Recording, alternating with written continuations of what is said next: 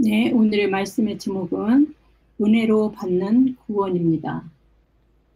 교회의 그 하나됨은 예수님이 십자가를 지시기 전에 유언처럼 자신이 하나님과 하나인 것처럼 제자들이 하나가 되게 해달라고 하나님께 간곡하게 기도드리고 부탁드렸던 그 내용 중에 핵심 내용이 바로 교회의 하나됨입니다.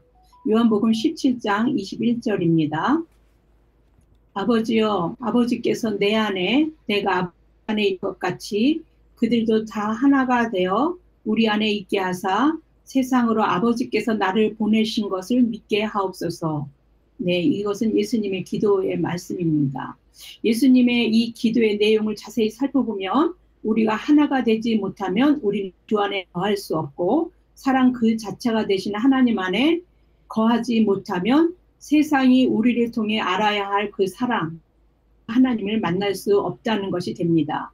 그만큼 예수님에게는 우리의 하나됨이 굉장히 중요했었고 하나님을 하나님 앞에 마지막으로 호소하고 기도할 수밖에 없었던 내용입니다. 하나됨의 중심에는 사랑이 있기 때문에 그렇습니다. 기도하며 아버지인 하나님께 부탁하지 않을 수 없는 그 사랑이 하나됨으로 우리가 결실을 맺을 수 있기 때문입니다. 예수님은 뒤이어 그 하나됨의 그까지 그 기도에서 말씀하고 계시는데 요한복음 17장 23절입니다. 곧 내가 그들 안에 있고 아버지께서 내 안에 계시어 그들로 온전함을 이루어 하나가 되게 하려 함은 아버지께서 나를 보내신 것과 또 나를 사랑하신 것이 그들도 사랑하신 것을 세상으로 알게 하려 함이로소이다. 네, 하나님은 우리를 사랑한다.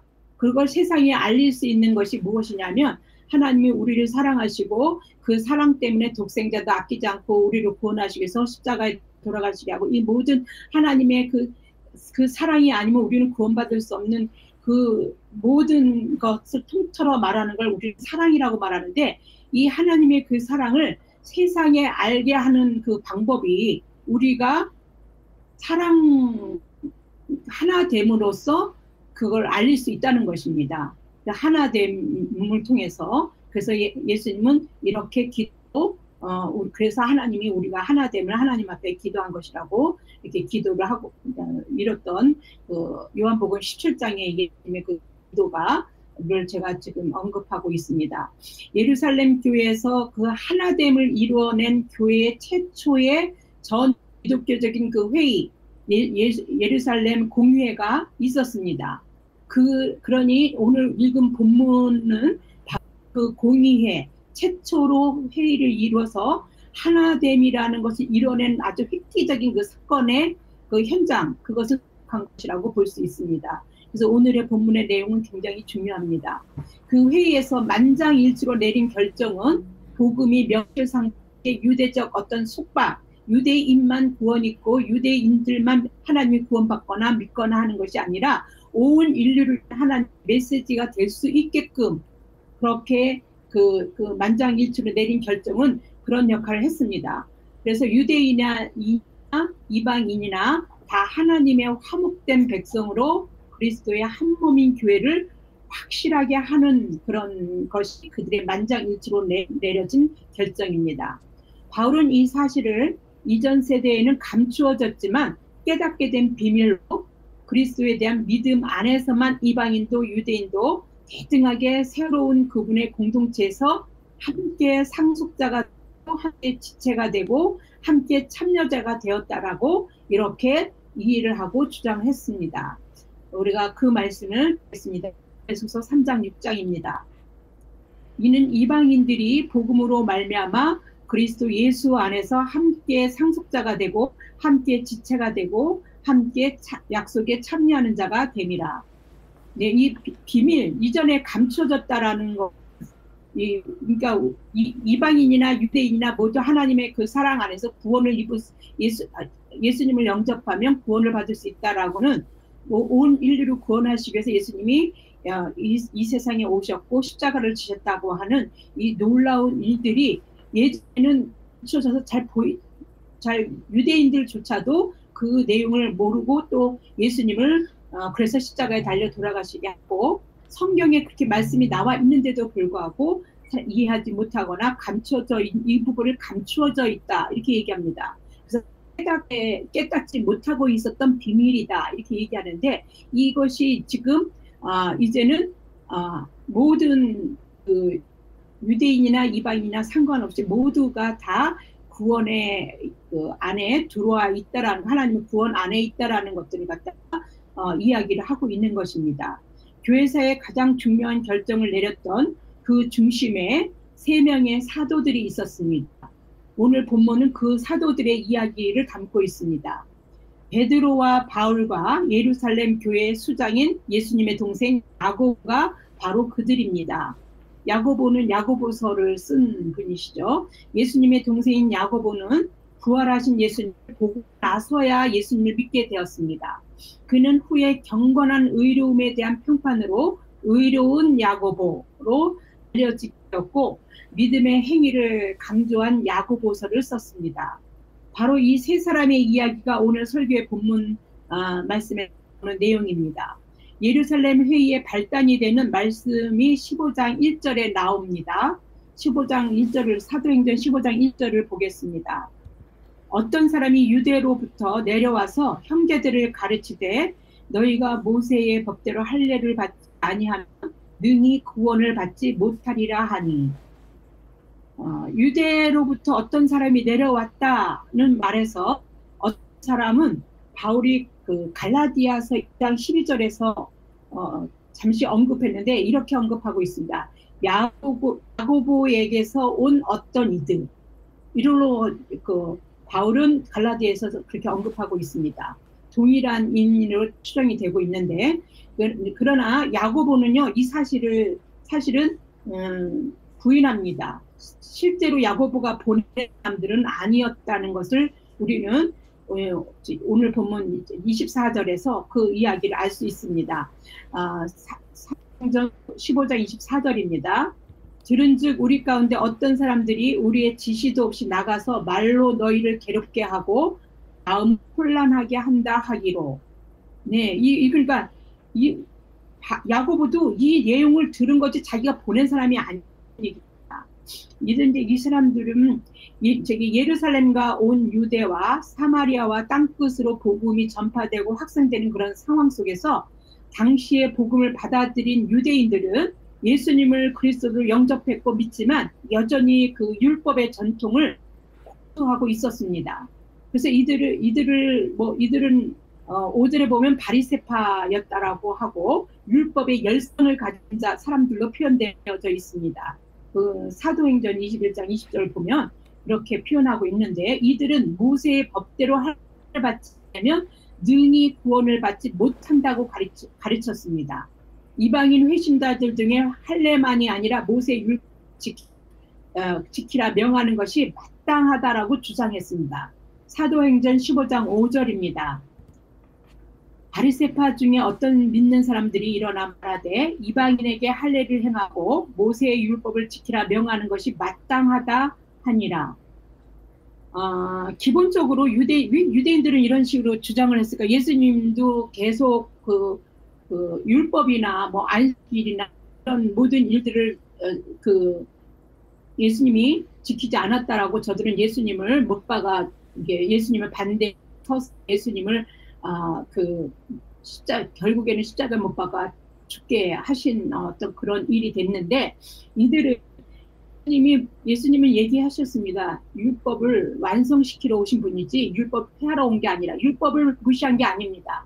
근데 율법으로는 구원받지 못하기 때문에 그 율법을 완성시키러 본인이 왔다는 것에서 율법만으로 뭔가 구원을 받으려고 했던 이들의 그런 일들은 그 헛된 일이라는 것들을 알려주기 위해서 계속 공생의 3년 동안 그 여러 가지 그 행위를 통해서 안식일 지키라는 것도 율법에 나오는 이야기지만 안식일에 병자들을 고쳐주시기도 하고 또 여러 가지 지키지 못할 그 유대인들이 봤을 때는 그 율법을 위반 그런 일들을 예수님은 순수 행하시면서 그들과 논쟁을 하고 논박을 하고 그들의 어, 그 쟁점을 더 이렇게 활활 불타게 만드는 그런 일들도 있었습니다. 그러면서 예수님이 그들에게 이렇게 가르쳐 주신 것은 율법으로 구원을 받는 게 아니라는 것들을 몸소 계속해서 이야기하고 말씀해 주셨는데도 불구하고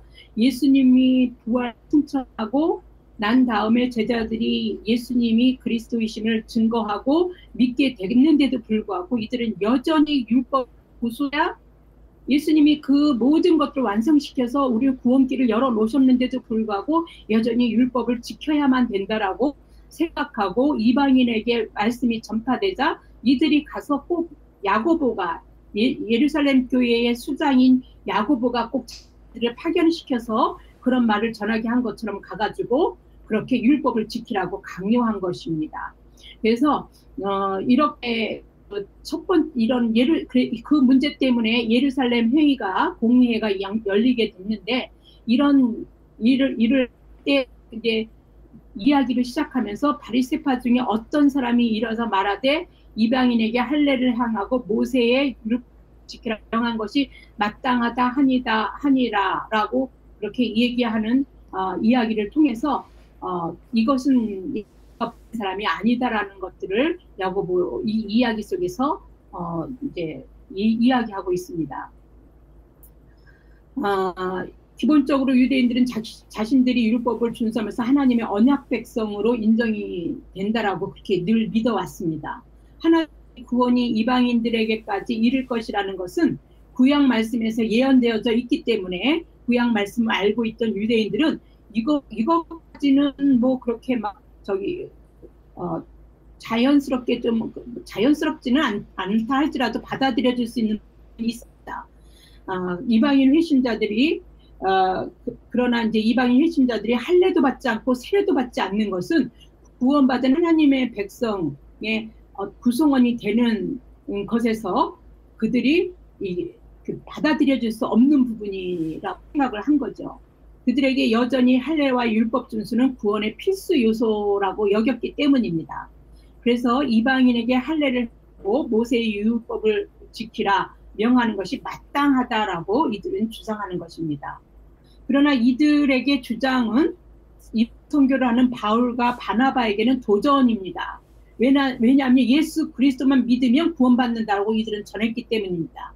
하나님이 사랑하셔서 온 인류를 구원하시기 위해서 예수님을 하나님의 아들 독생자를 이 땅에 보내셨고 예수 그리스도를 믿는 사람은 모두 구원을 받을 수 있다라고 하고 있는데 갑자기 와가지고 할례를 하지 않으면 안 된다라고 그러면 영접해서도 소용이 없다 막 이런 식으로 할 구원의 마치 조건인 것처럼 가르침을 이렇게 주니까 이들에게 바울과 바나바가 이렇게 말씀을 전파했던 거와는 그 엄청난 어떤 도전을 일으키는 문제를 일으키는 일이 그래서 그 안디옥 교회는 그 바울과 바나바가 맨 처음에 가서 그 교회에서 역할을 했던 그 사도로서 말씀을 가르치고 교회를 세우고 교회에서 굉장히 지금으로 얘기하면 목사죠. 그래서 목사로서의 그 사역을 감당했던 그런 교회입니다. 그 교회에서도 당연히 바울의 가르침을 받았는데 이런 교회에 와가지고 그 안디옥 교회에 와서 이런 말을 전하니까 바울 반하는 어떤 충격적인 어떤 도전을 안디옥 교회에 한 것입니다. 그래서 이것이 적지 않은 다툼하고 변론이 일어나기 시작했고 안디옥 교회는 바울과 바나바와 몇 사람을 그래서 문제가 되니까 예루살렘 교회 사도들과 장로들에게 이 문제를 어떻게 해결해야 될지 싶어서 그래서 그렇게 보내서 예루살렘 회의가 시작된 것이 이제 오늘 본문의 내용입니다. 15장, 사도행전 15장 2절입니다. 바울 및 바나바와 그들 사이에 아니한 다툼과 변론이 일어난지라 형제들이 이 문제에 대하여 바울과 바나바와 및 그 중에 몇 사람을 예루살렘 사도와 장로들에게 보내기로 작정하니라. 이들이 할례 받은 것과 율법을 준수하는 것은 구원받기 위해 꼭 필요한 것이라고 주장하므로 사도들과 장로들이 이 일을 의논하러 모였습니다. 이것이 바로 예루살렘 공의회였습니다. 먼저 베드로가 입을 열기 시작합니다. 베드로는 약 10년 전에 이방인 백부장 그 고넬료의 그 회심 사건을 상기시키면서 말씀을 전합니다. 하나님께서 자신을 통해서 이방인들이 복음을 듣고 믿게 했고 오래전에 자신을 그래서 그런 일들로 자신을 세우셨다라고 그렇게 얘기를 합니다. 그리고 차별 없이 이방인들도 성령을 받게 하셨고 믿음으로 제사를 받았다는 걸 경험했기 때문에 그 이야기들을 끄집어내서 말씀을 전합니다. 구원이 그들이나 그들의 조상들이 맺지 못했던 율법에 의해서가 아니라 은혜로 말미암는 것이라고 베드로가 하는 것입니다. 행위로서가 아니라 예수 그리스도를 믿음으로 말미암아 은혜로 값없이 주시는 구원이 하나님의 뜻이며 우리 인간을 향하신 사랑이심으로 할례를 행하고 율법을 지키는 것이 마땅하다라고 주장하는 것은 하나님을 감히 시험하는 것이라고 베드로는 그렇게 이야기합니다. 사도행전 15장 9절에서 10절입니다. 믿음으로 그들의 마음을 깨끗이 하사 그들이나 우리나 차별하지 아니하셨느니라. 그런데 지금 너희가 어찌하여 하나님을 시험하여 우리 조상 우리도 능히 매지 못하던 멍에를 제자들의 목에 두려느냐. 네, 마음을 깨끗이 했다는 것은 죄사함을 받았다는 겁니다. 그래서 그들이나 우리나 할 때 그들은 이방인들을 얘기하는 겁니다. 그러니까 죄사함을 받는 것이 유대인이나 이방인이나 차별하지 않고 이제 그 죄사함을 받게 됐는데 믿기만 하면 죄사함을 받게 됐는데 그 율법도 제대로 율법이 그렇게 죄사함을 해주지 못하는 그 일들을 아무리 율법을 지킨다고 하더라도 그 문제를 해결할 수 없는 상황이었기 때문에 그들도 매지 못했던 그 멍에를 그 예수를 믿는 사람들한테 이방인들에게 목에다 두려고 했느냐고 그렇게 베드로는 따져 묻는 것입니다. 구원은 주 예수의 은혜로 받는 것입니다. 인간 죄의 문제를 해결하시기 위해 우리 하나님이 직접 인간이 되셨습니다. 그리고 죄의 대속물로 자신을 십자가에 내어주셨습니다. 우리가 해야 할 것은 단지 주 예수를 구주로 영접하는 것입니다. 베드로를 포함해서 사도들이나 초대 그리스도인들 이 사실을 알았고 믿었고 그래서 전했습니다. 사도행전 15장 11절입니다. 그러나 우리는 그들이 우리와 동일하게 주 예수의 은혜로 구원받는 줄을 믿노라 하니라. 주 예수 은혜로 구원을 받는 줄을 믿는다는 거죠.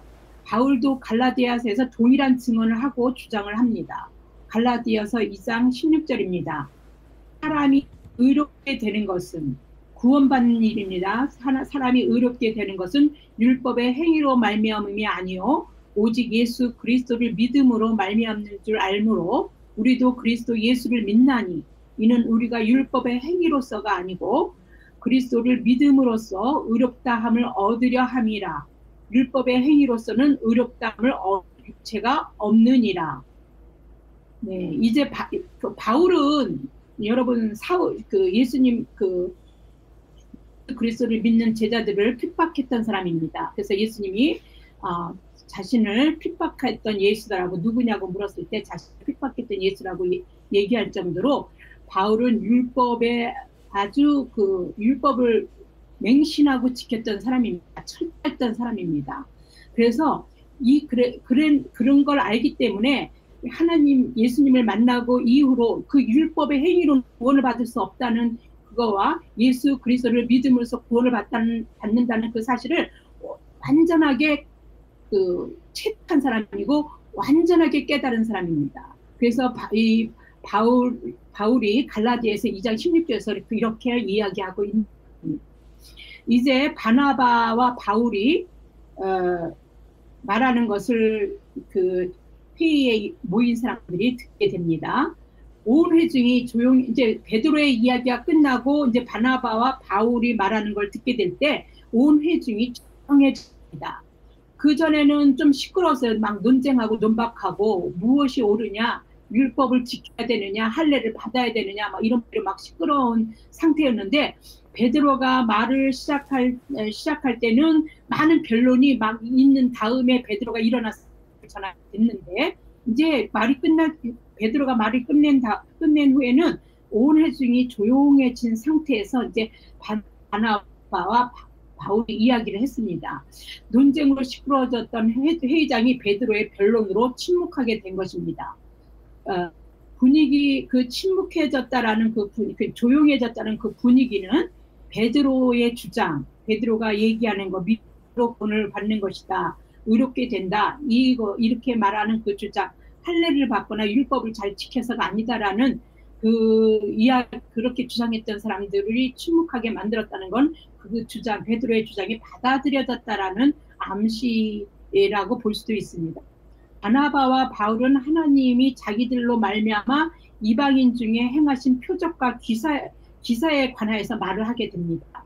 왜냐하면 자신들의 능력으로 그 일들을 행한 것이 아니라 하나님께서 그 말씀, 예수 그리스도를 믿음으로 구원받는 그 복음이 전파되어지고 많은 사람들이 구원을 받게 하는 그 일에 있어서 표적과 기사는 굉장한 하나님의 말씀을 받아들여줄 수 있는 기폭제가 됩니다. 왜냐하면 이거는 사람이 할 수 없는 놀라운 일들을 이 사람들이 하고 있기 때문에 하나님의 말씀이 저항 없이 많은 사람들이 받아들여줄 수 있는 어떤 그런 재료가 되기도 했던 것이기 때문에 그렇습니다.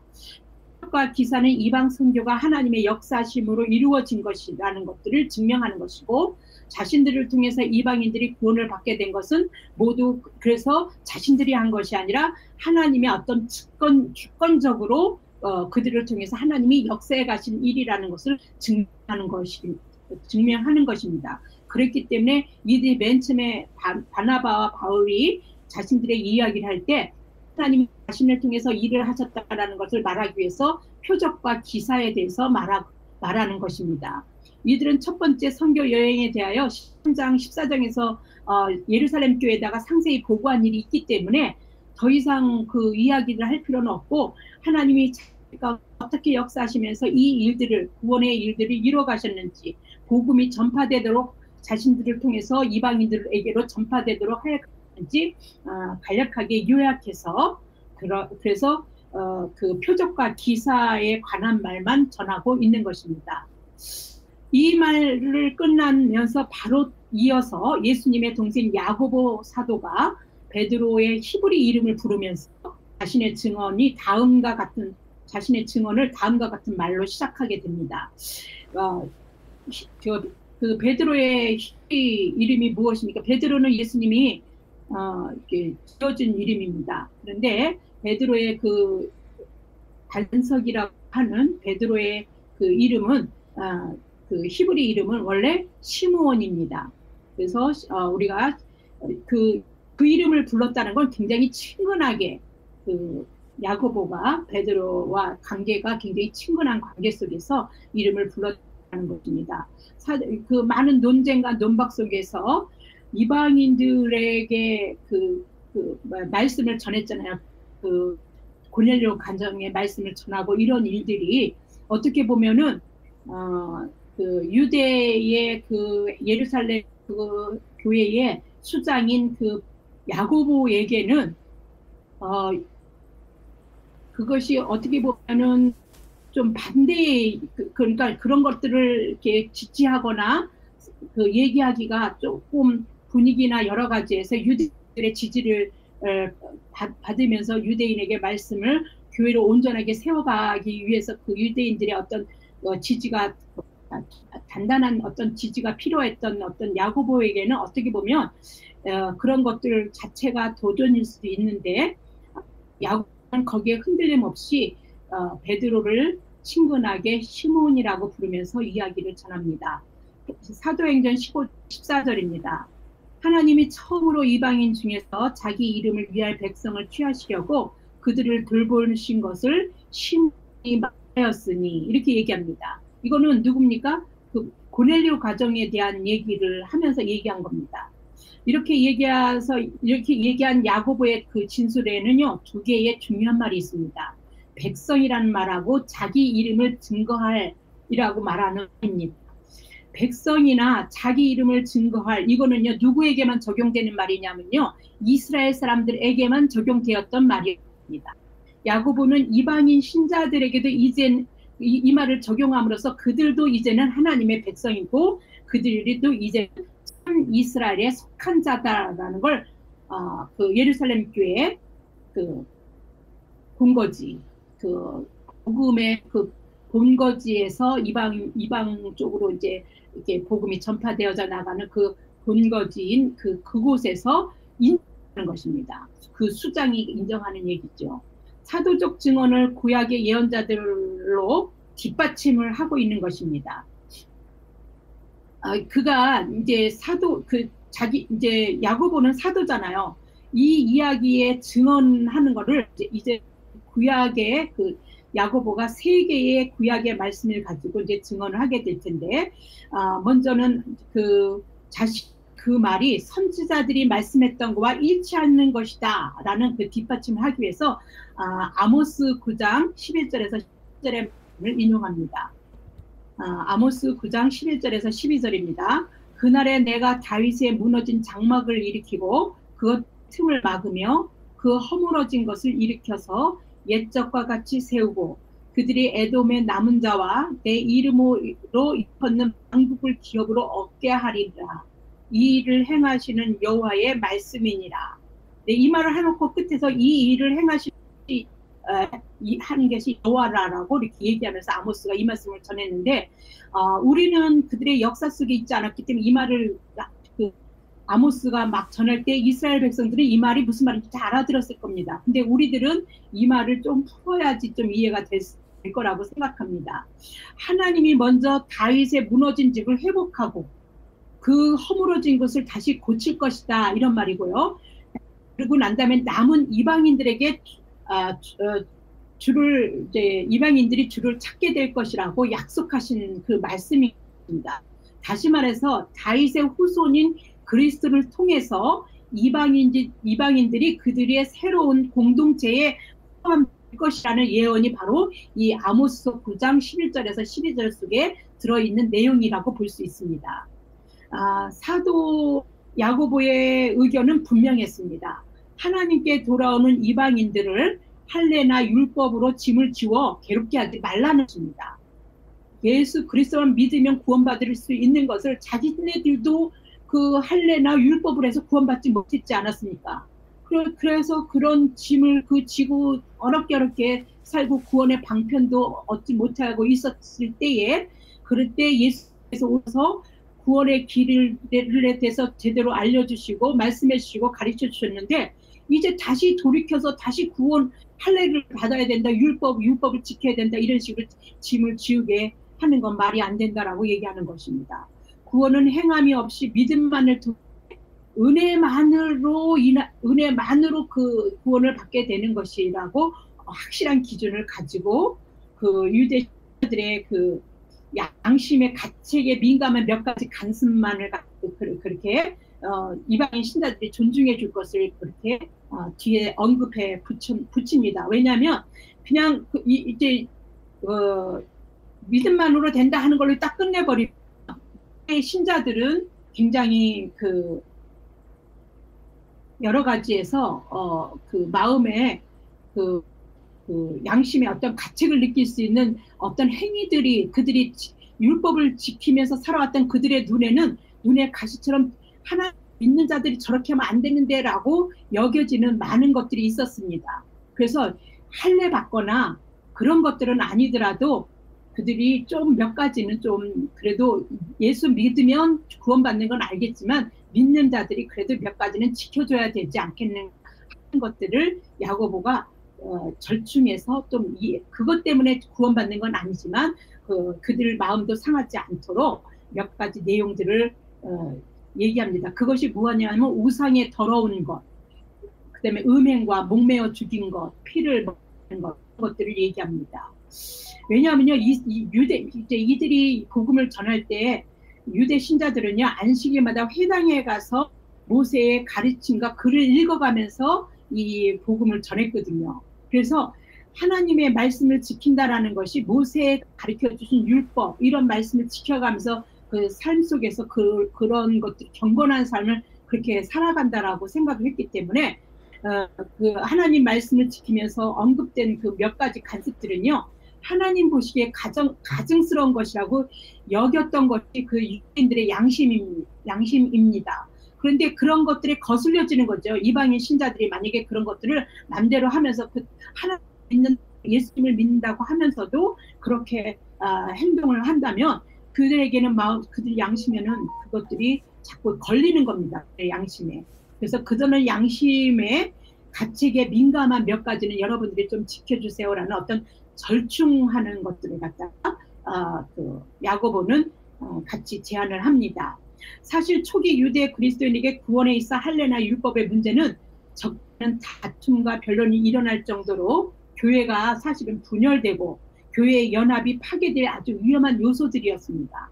예수님은 자기 몸된 교회가 땅끝까지 그리스도의 증인으로 온 인류를 구원할 복음을 전파하기도 전에 초장부터 교회가 분열되고 와해되는 그런 위험에 놓여 있는 것을 보실 수 없었던 것입니다. 그래서 베드로와 바나바와 바울과 야고보 이 사도들이 차례대로 그리고 훌륭하게 본질적인 것에 확고하게 그리고 비본질적인 것에서는 유연하게 대처해서 교회가 연합하여 단단해질 수 있도록 이게 초기 예루살렘 공회에서 이 일들을 통해서 야고보 사도를 통해서 이야기를 해서 이렇게 결론을 내게 됐습니다. 서로 존중하고 이해하며 교제를 나누는 것, 이것이 사실 사랑이지 않습니까? 이것이 교회의 하나됨이라고 볼 수 있습니다. 하나 될 수 없는 요소들이 막 갈등이 일어나기 시작한 이 문제들을 아주 유연하게 본질적인 것에서는 단호합니다. 예수 그리스도를 믿음으로 구원받는다. 이것은 변함이 없습니다. 그러나 몇 가지에서는 유대인들의 양심에 유대 신자들의 양심에 가책이 될 만한 몇 가지들은 그래도 지켜라. 이런 식으로 그것도 부탁하는 명령이 아니라 부탁하는 정도로 해서 절충해서 결론을 끝내놓은 것입니다. 사실요, 서로 존중하고 이해하며 교제를 나누는 것, 이것이 바로 무엇입니까? 바로 사랑입니다. 초대교회는 사랑의 실천으로 예수님이 간절히 바라시며 기도했던 교회의 그 하나됨을 이 예루살렘 공회에서 바로 이룬 것입니다. 하나님의 교회는 땅끝까지를 향하여 이렇기 때문에 흥황에 갖기 시작했습니다. 사도행전 16장 5절입니다. 이에 여러 교회 믿음이 더 굳건해지고 수가 날마다 늘어가니라. 하나됨을 교회가 보이지 못하면은요, 교회는요, 이 복음은요, 교회는요, 이게 흥황에 갈 수가 없습니다. 그러니까 교회를 죽이는 일은 사탄이요, 자꾸 분열시키는 겁니다. 하나 되는 것이 아니라 분열시켜 나갑니다. 초대교회에서는 이것을 아주 훌륭히 분열과 여러 가지 그 갈등이 일어날 수 있는 조짐이 아주 분명한 사실 속에서 너무너무 훌륭하게 이 문제를 해결한 그 내용이 바로 우리가 읽은 본문이라는 것입니다. 존 스토트 목사는 이렇게 말합니다. 예루살렘 회의가 이중적인 승리를 거두었다라고 말할 수 있다. 은혜의 복음을 확증하는 진리의 승리와 유대인들이 양심의 가책을 받지 않도록 민감하게 양보하는 것에 의해 교제를 보존하는 사랑의 승리다. 이렇게 두 가지 이중적 승리를 거두었다라고 존 스토트 목사가 그렇게 이야기를 합니다. 율법이 구원의 방편이 될 수 없기 때문에 몸소 구원을 이루시려 예수님이 이 땅에 오셔야만 했습니다. 인간의 죄값을 치르시기 위해 자신을 대속물로 내어주신 예수님의 구원은요, 예수님을 믿는 믿음만으로 충분합니다. 할례와 율법의 행위가 더해지는 것이 필요하지 않습니다. 그것은 양심의 문제인 겁니다. 예수를 믿는다면 하나님의 말씀인 그 말씀을 지키려고 하는 것은 그리스도인들의 어떤 양심의 문제입니다. 내가 하나님을 믿는 자인데, 하나님의 자녀인데, 하나님의 말씀을 내가 지키고 살지 않은 그것이 구원받거나 그런 요소는 아니지만 적어도 그 양심에서는 하나님의 말씀을 지켜야 되겠다라고 생각하는 것은 어떤 그리스도인도 다 있다라고 생각을 합니다. 그래서 양심의 문제인 거죠. 그래서 할례와 율법이 더해야 구원을 받는 것은 아닙니다. 예수님은 십자가에서 죽으시면서 마지막으로 하신 말씀이 뭐냐면 다 이루었다입니다. 구원을 다 이루신 겁니다. 예수님 한 분으로 족한 것입니다. 여전히 구습에서 벗어나지 못한 사람에게도 이런 얘기를 하는 것은 유대인들 그때 그 당시에 율법이나 할례를 해야 된다라고 하나님을 믿는 사람들 그런 걸 지켜야 된다고 했던 그런 사람들을 저는 구습에 벗어나지 못한 사람으로 이야기했습니다. 아직 자신의 믿음이 비에 간절히 바라지만 비 내리기를 간절히 바라면서 기도하지만 파란 하늘의 작은 구름 한 조각에 불과한, 그래서 바람이 전혀 이루어질 것 같지 않은, 그래서 하나님의 구원이라는 것이 내 인생 가운데는 없는 것 같이 느껴지는 그런 사람들에게도 예수 그리스도의 은혜는 만물을 다 덮을 만큼 크고 넓고 깊고 높은 것입니다. 율법의 행위가 아니라 믿기만 하면 거저주는 은혜가 얼마나 우리를 다행스럽게 여기고 감사해야 할지 모릅니다. 왜냐하면 우리가 행위로 되어진다, 행위로 구원받는다, 율법으로 구원받는 일이라면 이미 구약으로 성경은 끝나야 됩니다. 예수가 올 필요가 없었던 것입니다. 그리고 그것이 여전히 지금까지도 주장해야지는 것이라면 저는 구원받는 그런 사람으로 살 수 없는 사람 중에 한 사람이 바로 저입니다. 그래서 저는 이게 너무 하나님만 믿기만 하면 구원받는 인생을 산다라는 것 자체만으로도 제가 다른 어떤 조건과 상관없이 하나님께 감사를 드리는 것에서 그 이유 하나만으로 저는 평생을 이 땅에 있는 동안 감사를 하고 살아야 되는 사람이라고 저는 생각합니다. 그 은혜를 힘입어 감사가 우리 영혼 깊은 곳에서 흘러 넘치는 매일매일의 삶을 저와 여러분이 사시기를 축원합니다.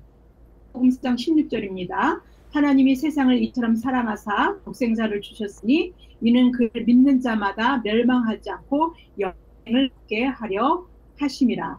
은혜로 우리는 구원을 받습니다. 기도하겠습니다. 참 좋은 하나님 아버지 감사합니다. 아무 공로 없이 거저주신 하나님의 은혜지만 억만금을 주고도 살 수 없는 것이 하나님의 은혜입니다. 하나님이 바라시는 한 가지는 상한 심령입니다. 우리는 세상을 살면서 이 세상에서는 그 어떤 것으로 치유가 되지 않는 상함을 우리는 많은 상처를 입고 살아갑니다. 그 상한 심령 가지고 오로지 하나님만 바라보고 그 치유는 하나님에게서만 받을 수 있고 그 위로는